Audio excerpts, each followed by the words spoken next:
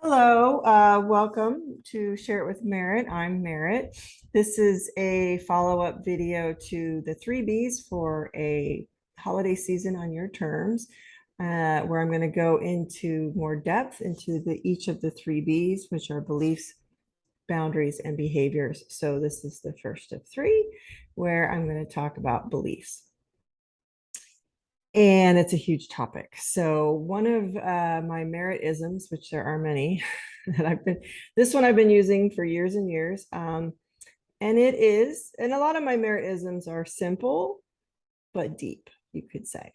So this one is beliefs are everything, so choose wisely.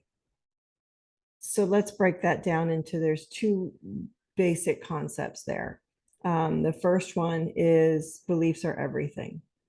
And I think that most people will sort of tune into that and understand that, because try to think of something that you do that isn't related back to some belief that you have, some belief about the world or yourself, a belief about others, a belief about success, image, uh, anything really. I mean, we have beliefs about lots of different things, some more significant than others. Some of the ones I mentioned, those are kind of the big ones, about our belief about ourselves and the world, right? And because we're in this constant dance between being an individual and being part of the group and being social, right? And um, the way, and I've said this many, many times before, the way we interpret the world and ourselves in it is the way we experience the world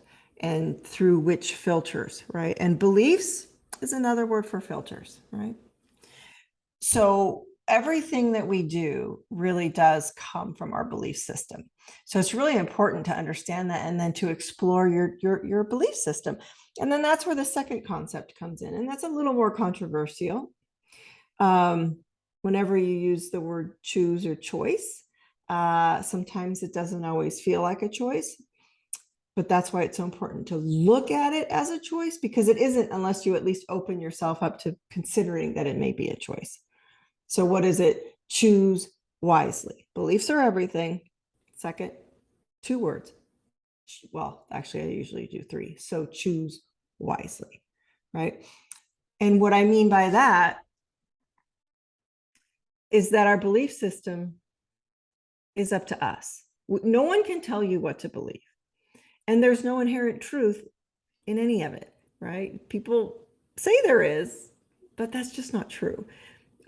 Everything, every belief we have is a story, whether it's about religion or politics or art or work or, again, success.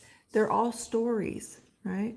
They're all language based, so they must be stories, right? And we're the only animal in the kingdom that does this, which is a whole existential conversation that we'll probably touch on in this, because it really is so important. Because what happens is, you know, we show up into this world as a little baby and we are really a blank slate, right? We have a certain temperament, and certainly we have certain potentialities for things, but then the world starts to form us and the world starts to tell us what to believe, how to believe it, right, what's wrong, what's good, what's bad, that type of thing. And again, we have to get along with others, right? And we want to get along with others. So as we grow up, our belief system, gets set. And unless and until we question it, it will just remain the same, right? You'll just believe what you've always believed because you've always believed it, right? And it's one of my least favorite answer to any question, I'll be honest with you, is because that's the way I've always done it. Well, that's not real creative, right? And that doesn't allow for much change. And I get it, change is hard and scary. And there's a lot of reasons why you may want to keep doing things the way you've always done them. That's perfectly fine.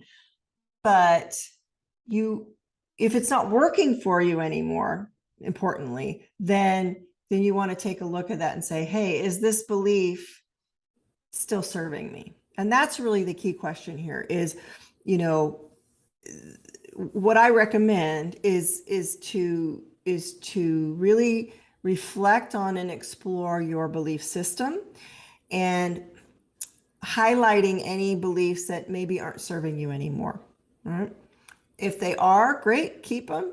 That's wonderful. But you know, there are a lot of beliefs out there that get set again pretty early that sound like I'm not enough. I'm not lovable. I must be perfect. Success means fill in the blanks, right? Maybe it money, power, good looks, whatever it may mean to you. The world is scary, right? The world is harsh. The world is against me, right? So these are some pretty profound potential core beliefs that I know a lot of people have. I've had them. I've had certainly the insecure ones of not feeling enough and good enough and all of that. And I had to challenge those, right? I had to, well, I didn't have to. The truth is, you don't have to do any of this. You get to. And to define and design the life that you want to live, it's highly, highly encouraged. Because again, everything's going to come back to your belief system. And I was going to talk a little bit about, you've probably heard of CBT, cognitive behavioral therapy. And that means, yeah, that's what it means. But any therapy really is going to touch on your cognitions, your behaviors, as well as your feelings and your beliefs, right? And so there's this system that works somewhat like this. Let's say this is the four sort of cornerstones of your psychology: your belief system, which then leads to your thinking system, right? I believe the world is out to get me, therefore I think that I must hide, right? Then that leads to how are you going to feel if you're in a state of hiding a lot of the time because you believe the world is out to get you, right? So you think the safest thing to do is to stay small and to stay, disengaged from the world. How does that leave you feeling, right? Maybe anxious, maybe depressed.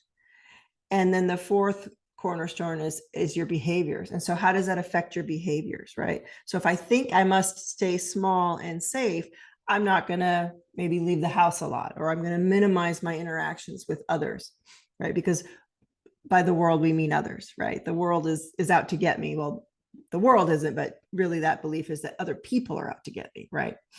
Right. So those four things really are the key sort of cornerstones to our psychology. And the reason I brought CBT up is because a lot of people have heard of that, and it definitely touches on those ideas. But again, any therapy really is going to, right? Because therapy is about your psychology and your way of thinking and feeling. Okay. And what I want to say about those four concepts is that you can go in at any of those places and make changes, right? So you can, and let me start backwards from the behaviors, right? Because a lot of ways that's actually the hardest one. That's sort of a fake it till you make it, which is totally doable, but it's a little bit of it's more of an uphill climb, I would say, maybe than some of the others, but it really depends on the person. Some people it's easier to go that way. And then that's the beauty and the art of therapy, and also coaching to a certain extent, is finding what works for you, each individual person. Which place are we going to start looking at where change is going to be easiest for you, right? So you can change a behavior, you can change a habit. A lot of books out there about that, right? And work it backwards, right? You could start behaving, you could start, say, with that belief about the world being against you. You can decide, okay, well, I still believe that, but I know I still want to go out and I still want to put myself out there, even if I believe that, right? So you just start doing the things, you start changing your behaviors. Okay, so that's one way in. Working backward, we get to feelings, right? Feelings are hard to change without changing any of the other things. However, I will say this is where medication is very effective, right? That's the one area medication goes, it goes straight to, lift that mood, take the edge off the anxiety. And if let's say someone is not in a place to even be able to have the therapy conversation because their depression or anxiety or OCD or agoraphobia, whatever it may be, is so debilitating that they can't even really get to those other three places until they manage the feelings, then medications. That's a great place for medication. Other than that, I'm just gonna, my own little warning here is that there's a lot of, let me put this gently. If you want to take medications, and I should say I'm not a psychiatrist, and believe that's going to be helpful, see a psychiatrist, see a psychopharmacologist, get a specialist, right? Your PCP may be great and able to prescribe, but if it was your heart or lungs or kidneys, you'd go to a specialist. So just do the same thing for your mind. Let someone who specializes in this area work with you to figure that out, because it's also very complex and it's a little bit like shooting darts. So just know there is definitely a time and a place for it, but there is also a lot of overprescribing that is, it's not necessarily helpful, especially if it precludes someone from doing the work on the beliefs and the thoughts, right? Because the pill ain't ever going to change one of those. I can tell you that. Okay, so then we work back to the thoughts, right? And thoughts are very changeable. This is where mindfulness comes in. Probably heard of that. Mindfulness, as I've talked about, is also, I look at it as very, very simply a stopgap, just a stop in your thinking, almost like, and this is CBT technique, is you can visualize a stop sign and just, when you're having those ruminating thoughts, when they're just, feeling out of control, or leave it at that. Finding a place to just stop and then notice your thoughts, right? My thought is, I'm not going to make myself seen, again, based on that core belief that the world is out to get me. So as you watch that thought, right, I don't want to be seen. Now all of a sudden you can say, oh, is that true? Now you can start questioning the thought, not necessarily the belief yet, but is it true? Do you really not want to be seen? Probably that's not true, because all humans want to be heard and seen. And again, that gets a little bit more into that existential piece. That's what we all want. And no one can ever be fully heard or seen by any other person. That's existential loneliness, right? But we can share time and space with each other, and we can soothe that fear, right? We can put ourselves out there, and we can also do the best we can to hear and see ourselves, right? Authenticity is something that if you're, the only person you can be 100% authentic with is yourself, right? You're the only one that knows all the stuff that's going on down deep in there, right? And a lot of us lie to ourselves. So, it's not even a given that you're going to be authentic with yourself, but it's worth working towards. And the more authentic you are with yourself, the more authentic you're going to be able to be with others who are also authentic.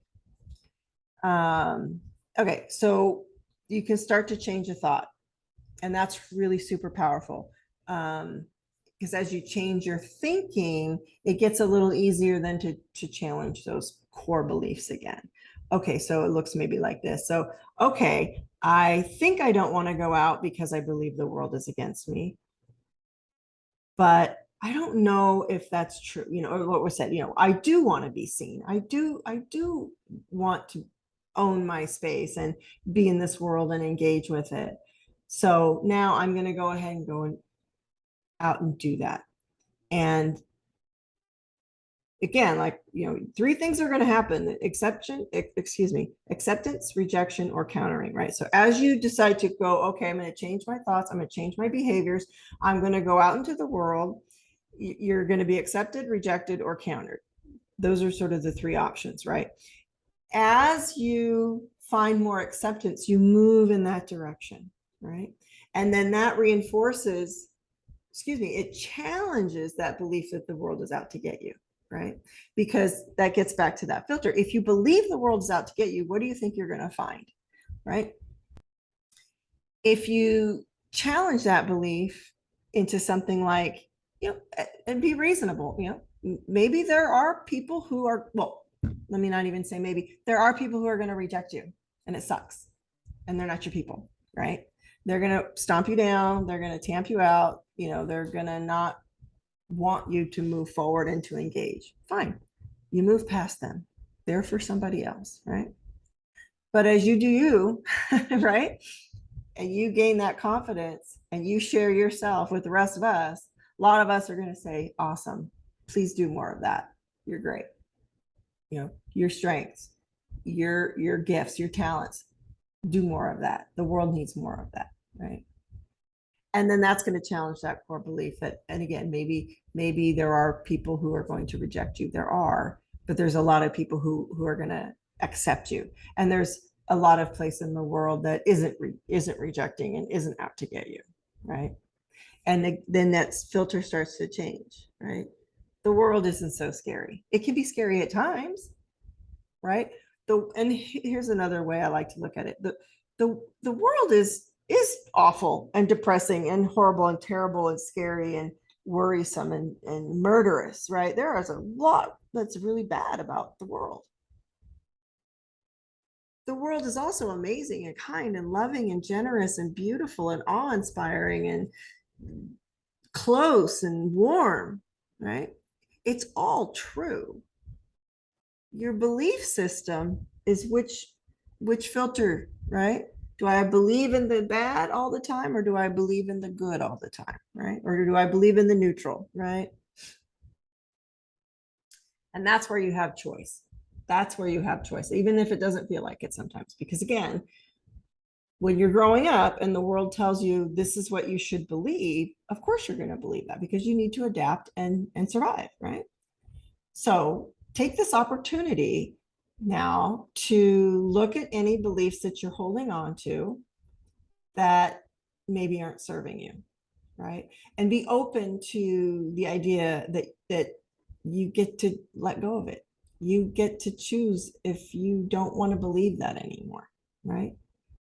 No one has found the true meaning in any of this and probably not going to. So choose wisely. Okay. So that's my thoughts on beliefs.